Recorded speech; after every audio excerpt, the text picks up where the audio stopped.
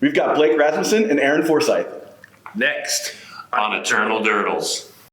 Hey everybody, Editor Zac here. I just want to note that in this video, there are a couple technical difficulties that I dealt with in post, where the video gets weird for a second. Please ignore that. The important thing here is the audio content. We get some really great answers from Blake and some amazing answers from Aaron. If you're interested in some content creator talk, that's the first half of the video. But if you're interested in some information about the legacy banned and restricted list and how WotC is dealing with that going forward, please check out the last half of this video, because that's where a lot of the really interesting conversation took place, where Blake and Aaron really go into detail about how they're thinking about moving forward.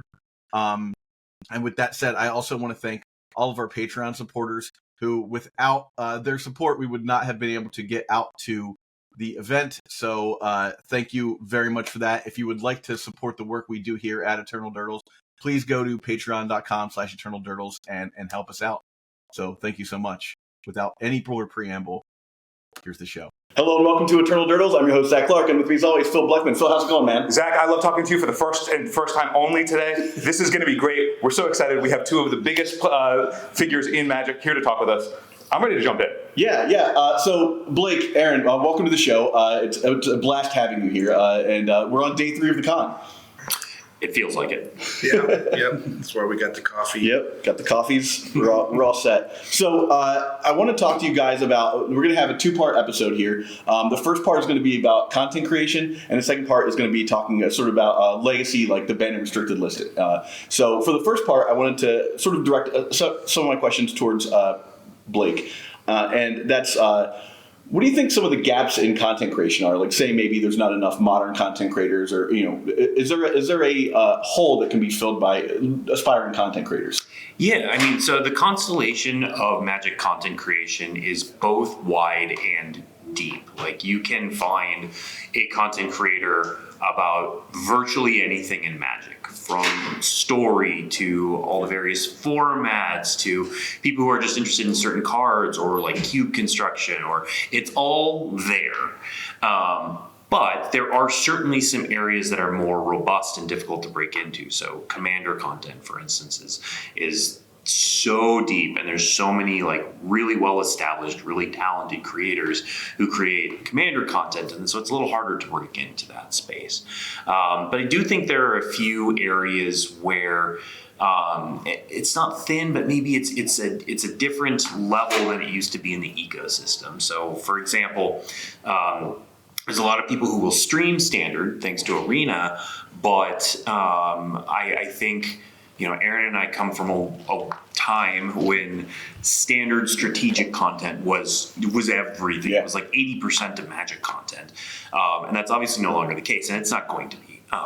But I do think people talking about like, hey, here's the best way to build this standard, here's how to attack the metagame, here's what this is going to look like, has definitely shrunk. And I think there's some opportunity there, especially as we've expanded what standard means, and there's so much more standard gameplay. The World Championship this weekend has some really cool, innovative takes on the format. And so I think that's one area. And then just finding other areas that are maybe underserved for amount of play they get. I think Pioneer is probably another format that doesn't have as much strategic content. I think we'll get more of that with, again, Arena being a great tool. With Pioneer Masters releasing on December 10th, I think there'll be more opportunity for people to create Pioneer gameplay videos that are true to that format. So it's interesting how the content has changed over the course of the last couple of decades, where it used to just be only standard content, only written content, and now you can't go on YouTube without tripping over gameplay content from just about any format. Yeah, and there's a couple things going on here. There's the changing in the technology of how we communicate just as humans, and then there's the changes in how people play and engage with Magic that has happened over 10 years. God, the game looks so much different than it did 10 years ago. But we'll start with the technology part, where yes, like so much internet content 10 years ago was, I'll call it static, written memes, that sort of stuff. And it's not that YouTube didn't exist and wasn't big 10 years ago, but Twitch wasn't huge, TikTok didn't exist.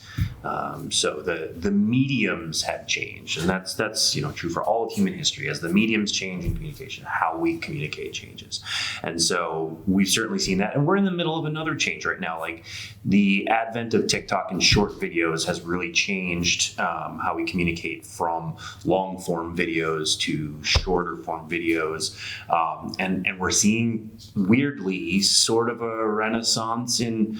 Not the amount of written content, but I would say traffic to written content, because you can't get the depth in those short videos, but the views are in the short videos. And so there's this interesting thing going on there that I don't think we've totally figured out.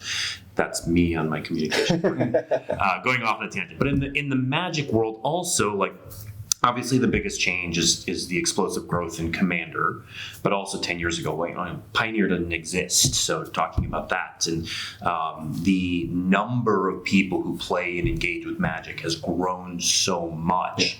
And so now you see, back then it was the player community was a bit more homogenous. But also there were fewer ways to communicate, so the people who really stood out in communicating those things sort of dominated that conversation.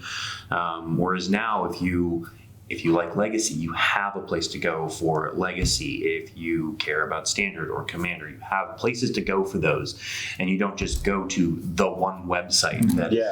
That's how they started calling WMDG.com the mothership. Is like it was sort of the one-stop shop where you went for everything. Where you went for everything, and people from back in our day talked about the dojo, because there was one place to go. Yeah.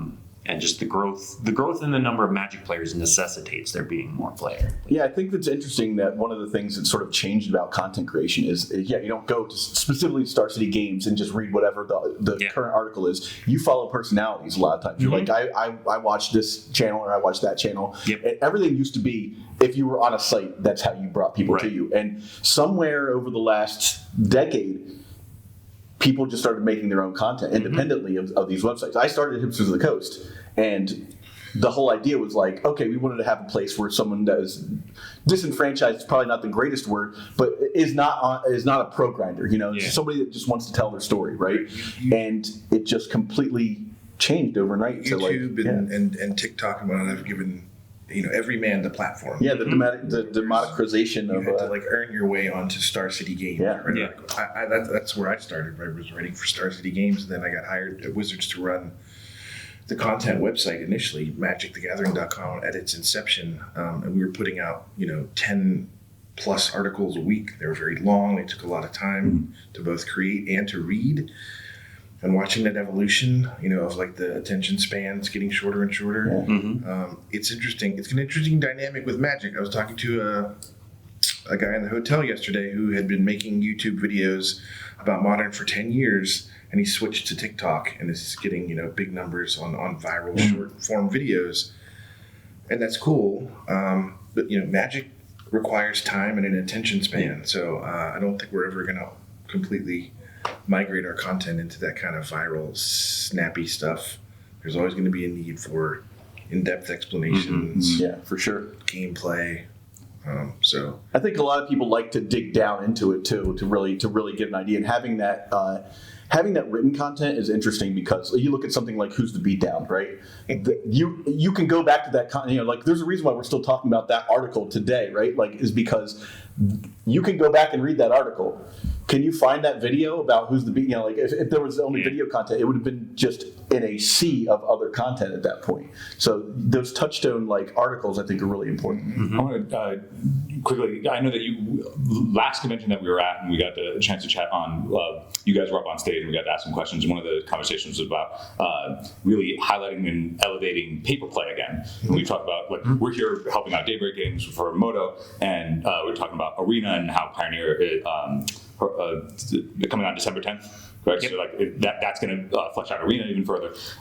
And for Commander play online or through Moto and seeing all four, it gets very convoluted to the eye. Yep. So a lot of the Commander content that is on the board is in paper play. Yep. And one of the channels that we like to follow and promote is 90s MTG, which is a legacy paper play channel. And I was wondering if do you think that there are, for whether it's legacy, modern, pioneer, any of the, or standard as well, if content creators should lean towards paper play to try and elevate that for 1v1 or to match like how Commander has elevated through game nights and Commander at home and stuff like that. I'll give my quick answer. Yeah. Like, I think like Arena and Magic Online give like a single person the opportunity to have gameplay and create content, record the content without a huge setup with a bunch of cameras and inviting people over and trying to get the lighting.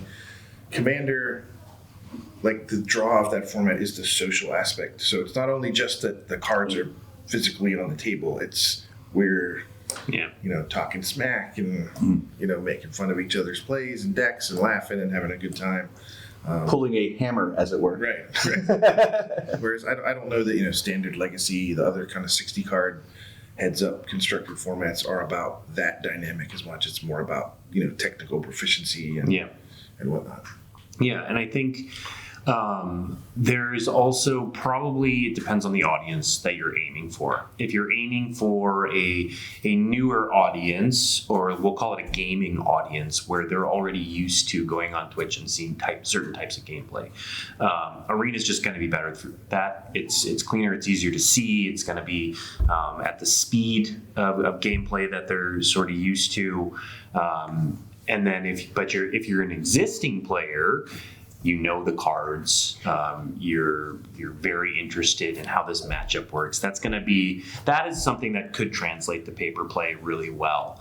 But I think the main hurdle that you have to overcome is the speed. We're talking about like, we're moving into a world of shorter form video, getting more. It's weird. There's either you have to have like a 45-second video or a 3-hour video. Like, for some reason, anything in between those only sort of works. But when you're talking about gameplay, just the physical machinations of playing Magic, we talked about shuffling a million times, and if we can make shuffling automatic in paper play, it'd be so much better. But when you have tabletop gameplay, just the act of shuffling is dead camera time. Yeah. And so there are hurdles you have to overcome to figure out how to do that. And the content creators who do that best, who are really wizards in the editing bay, are the ones that get the most attention. That's actually great advice, that being able to like make sure you're a great editor to put together content that's smooth to watch. Yeah. Editors are the unsung heroes of Magic video content. For sure. Yeah, one of our designer that used to work on my team years ago would call shuffling the loading screen of Magic. Yeah. It's just like, Yeah, for sure. nothing's happening because you have to do this, and people just their eyes glaze over when I have to watch you crack a fetch land for the third turn in a row. Yeah. That's why you have to bring in the views by riffle shuffling the cards. Well, really get the attention going. I wouldn't be me if I didn't bring up Canadian Highlander, the best format of all formats. But that is really hard to have gameplay footage of because there's so much shuffling. If you watch, so Loading Ready Run does their Canadian Highlander content, and it's about it's not the only, but it's the only consistent Canadian Highlander content. And they make a game out of it. They have little achievements when they're both shuffling at the same time, and they make light of it. And so you have to have that kind of fun with it, but you have to have something engaging happening when they're shuffling. So it's the banter for them, but it's tough. Yeah. So I guess a final question would be, could you point out some resources that maybe newer content creators could use through Wizards to get sort of recognized by Wizards, or to get some sort of leg up in the game? So are you looking for resources like how-tos? Or are you looking for resources on how to connect? Yeah, how to connect, how to get your guys' eyes on their content. Yeah, how to connect. The best way is just to make good content. It really is. If you make good content, it stands out and it takes care of itself. When people like what you do, we are people. We will see it. We're constantly looking at new content creators. We I'm using this pretty loosely, but the people in the marketing communications space, we're online all the time, much to our detriment, but we're there and we see it. So keep making good stuff. Make good stuff consistently. So I've had plenty of times where I've seen good content and then nothing happens for 6 months, and then there's another video, and that's where we can't help someone who knows what's going on with their lives or whatever. That's their thing. But if they're looking to grow their channel, that's just general advice for any sort of content creation. Now there has to be a constant drumbeat. You have to feed the machine and the algorithm, otherwise you're not going to get noticed. But also if there are very few exceptions where you can go a long, inconsistent time between making content and get noticed. You have to be very, very good. Yeah. The one exception I can think of is like risky studies. Yeah, exactly. They need the same person because there aren't many. Yeah. Sam can drop a video whenever he wants, and it will be so good, and also so different than everything. And so Sam is the exception. Sam is not the rule. Yeah. So I would say consistent, solid content, and have a voice. And have a voice that stands out, that is different in some way, that underserves one of the areas, or that serves one of the underserved areas. There we go. I always say to Phil that we could be a Commander podcast. We could do that, but it's not what we're passionate about. You know, and one of the things we decided a couple years ago was that we're now the longest running legacy podcast after leaving a legacy left the podcast sphere.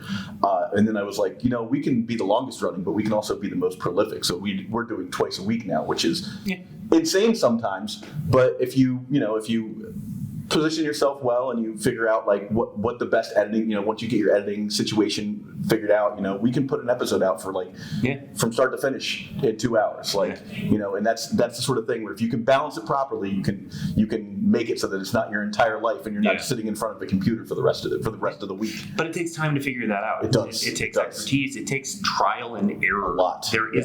You're not going to go find a YouTube video or a how-to guide and then be ready to churn out episodes in 2 hours. It's just not going to happen. All right. Going to part two. We're going to part two. Let's go to part two. We're going to talk about the banned and restricted list, specifically talking about legacy. So with the success of the Commander and the reinstatement of the advisory group for Commander, I wanted to talk about what your thoughts are for a similar body in legacy and perhaps Vintage, not like a governing body. No one's making decisions. I'm not going, hey, I want this card banned, but being another voice in the room.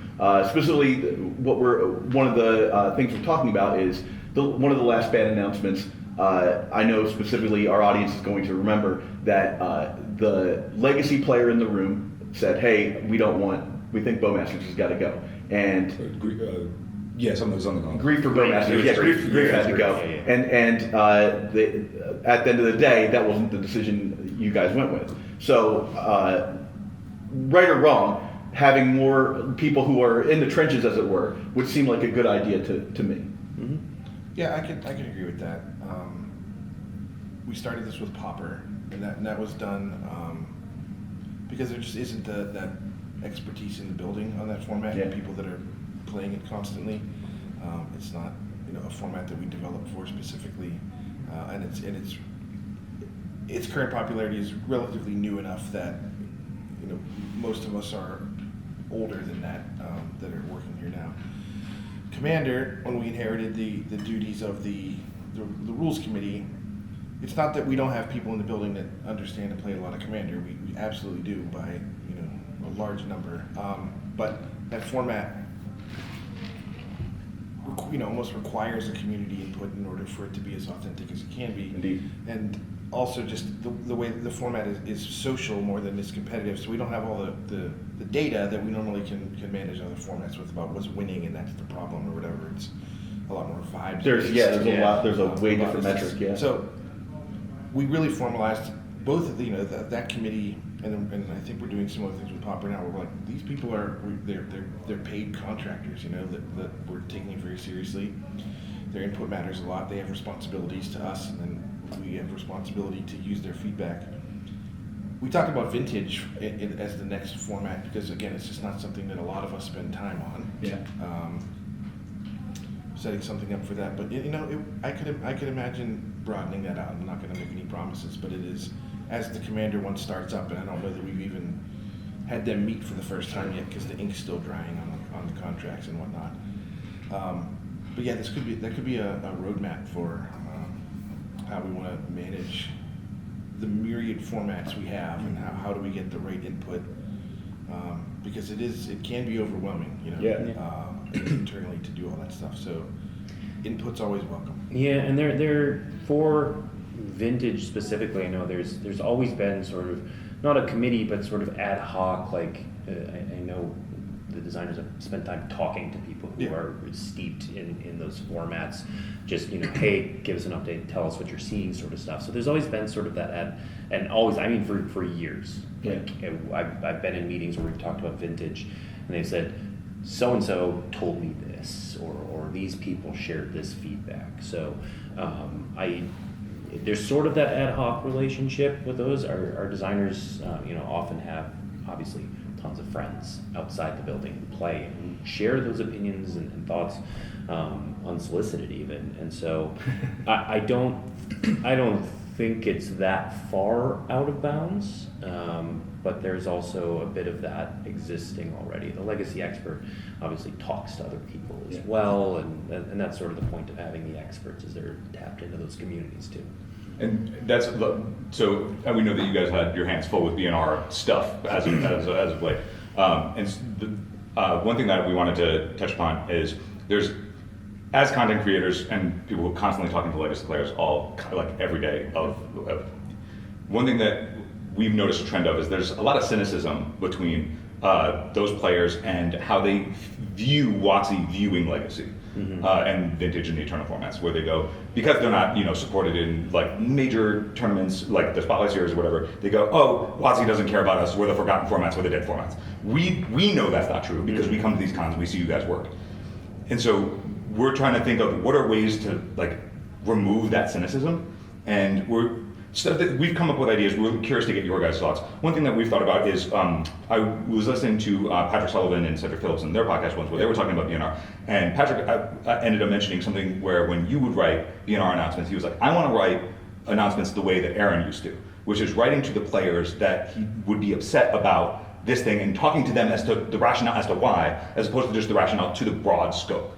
To like speak to those players in a way that is more transparent and open about the thought process behind, knowing that so it was just more specific, it was more personal and open. And so we know that like the transparency to whatever is possible goes a long way in removing that cynicism. So we're wondering, is there any dials that can be turned during those announcements or throughout the time that can give a sort of a more behind the scenes look than there's an expert that we talked to who gave us a suggestion that's like, it's sort of amorphous, it doesn't like let it grasp onto anything, and then people make up their own stories about like what's going on, you know what I mean? Like, are there any dials for transparency that can be turned up for the Eternal formats to help remove that cynicism? It's always a balancing act. We are at this point more transparent about our BNRs and more communicative than we've ever been. Like for sure. Our cadence is, we have the article, we have 24 hours, we often have a lot of Discord conversation that we're involved in, and then that leads into a weekly MPG where we have 2 people from the BNR group. Which, by the way, are great. Like, getting that extra context is huge. Yeah.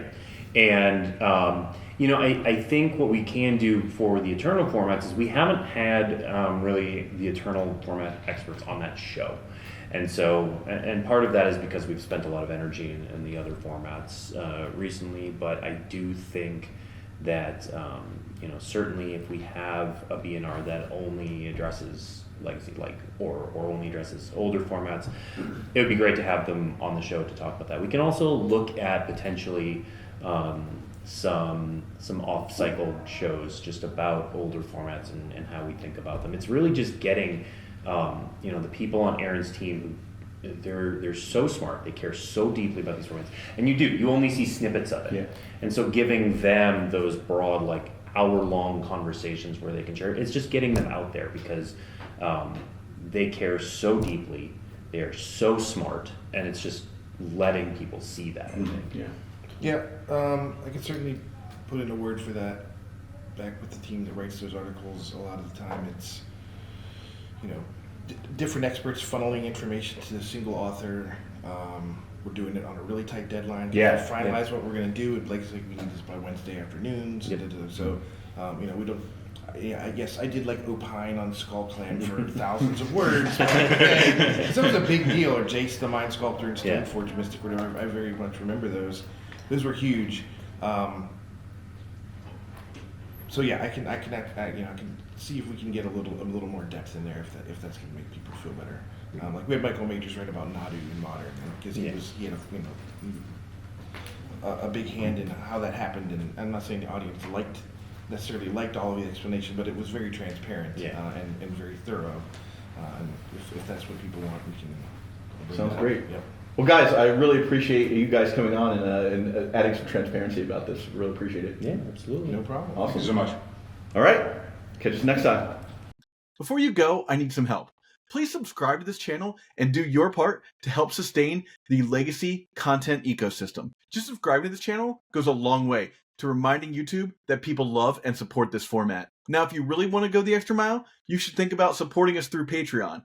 Both the links for subscription and Patreon are right here. And if you're listening on an audio format, you can go to patreon.com/eternaldurdles. Thanks so much for watching.